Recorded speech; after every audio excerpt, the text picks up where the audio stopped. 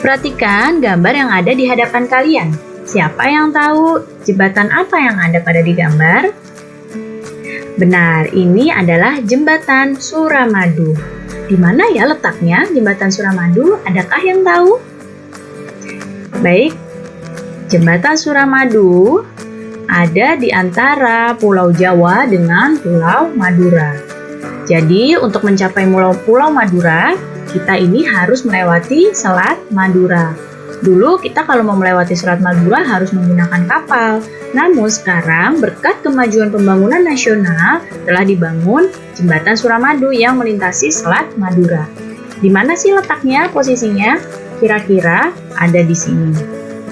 Jembatan Suramadu kira-kira ada di sini ya.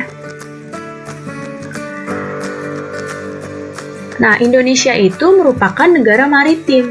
Negara maritim adalah negara yang memiliki perairan yang luas. Hampir 2/3 wilayah di Indonesia merupakan lautan. Nah, antara pulau yang satu dengan pulau yang lain itu disatukan oleh laut. Jadi, Indonesia ini adalah negara maritim, yaitu negara yang memiliki perairan yang luas. Perhatikan gambar berikut ini. Bisa kalian lihat di peta ini, Indonesia ini perairannya sangat luas. Nah, 2/3 wilayah di Indonesia merupakan lautan. Wilayah di Indonesia ini merupakan kepulauan. Nah, antara pulau yang satu dengan yang lainnya itu disatukan oleh laut, membuat bervariasinya potensi yang dimiliki oleh Indonesia. Apa saja ya potensi kekayaan laut yang ada di Indonesia? Perhatikan gambar yang ada di hadapan kalian. Yang pertama ada ikan. Potensi kekayaan laut di Indonesia itu ada ikan. Ikan di Indonesia itu sangat banyak dan beragam. Kemudian ada tumbuhan. Tumbuhan laut yang biasa dimanfaatkan adalah salah satunya rumput laut. Kemudian ada mutiara, ada terumbu karang, ada garam, dan minyak bumi. Jadi, ini adalah potensi kekayaan laut Indonesia.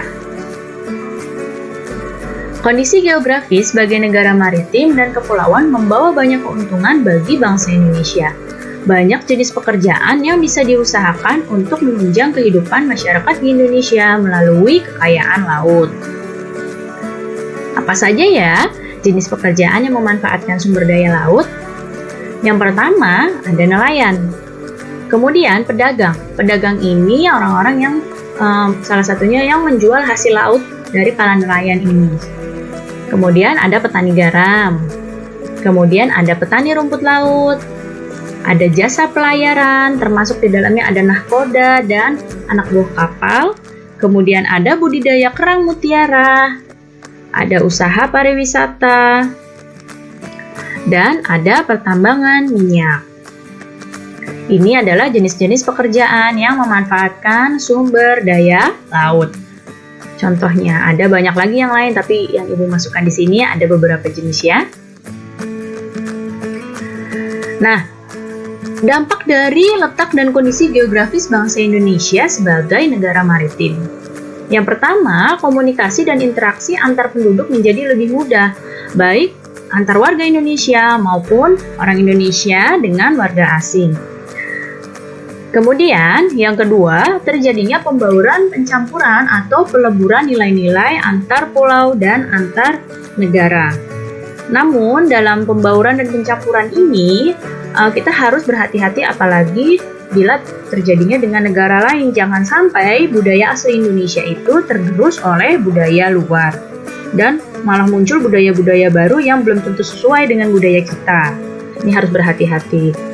Kemudian yang ketiga, terjadinya perubahan perilaku masyarakat karena pengaruh pola masuknya nilai dan perilaku, baik dari pulau, daerah lain, atau negara lain. Pasti terjadi beberapa perubahan perilaku masyarakat. Kemudian, yang keempat, terjadinya perpindahan ilmu, pengetahuan, dan teknologi. Nah, kalau kita bisa menyerap ilmu pengetahuan dan teknologi ini dengan baik, maka akan berdampak baik pula bagi Indonesia. Nah, keberagaman yang disebabkan dengan adanya perbedaan antara satu pulau dengan pulau yang lain itu tidak menjadi pemecah atau perenggang. namun justru menjadi pemersatu karena antara yang satu dengan yang lain itu di Indonesia bisa saling melengkapi. Hal ini sesuai dengan semangat persatuan dan kesatuan seperti pencerminan nilai-nilai Pancasila, khususnya Sila Persatuan Indonesia. Selain itu juga mencerminkan nilai-nilai yang terkandung dalam Sila Keadilan Sosial bagi seluruh rakyat Indonesia. Nah, tahukah kamu, meskipun terdiri atas 5 sila, namun Pancasila itu sebenarnya merupakan satu kesatuan yang utuh? Perhatikan contoh berikut ini. Di gambar ada seseorang yang memberikan bantuan kepada warga yang terkena bencana alam. Dalam membantu korban bencana alam ini termasuk pengamalan dari nilai-nilai sila kedua. Namun, selain pengamalan sila kedua, perilaku ini juga pengamalan sila ketiga, yaitu Persatuan Indonesia. Karena dengan membantu korban bencana, selain mengamalkan kemanusiaan, juga menjaga persatuan yang ada di Indonesia. Jadi, membantu korban bencana alam bukan hanya termasuk sila kedua, tapi juga termasuk pengamalan sila ketiga.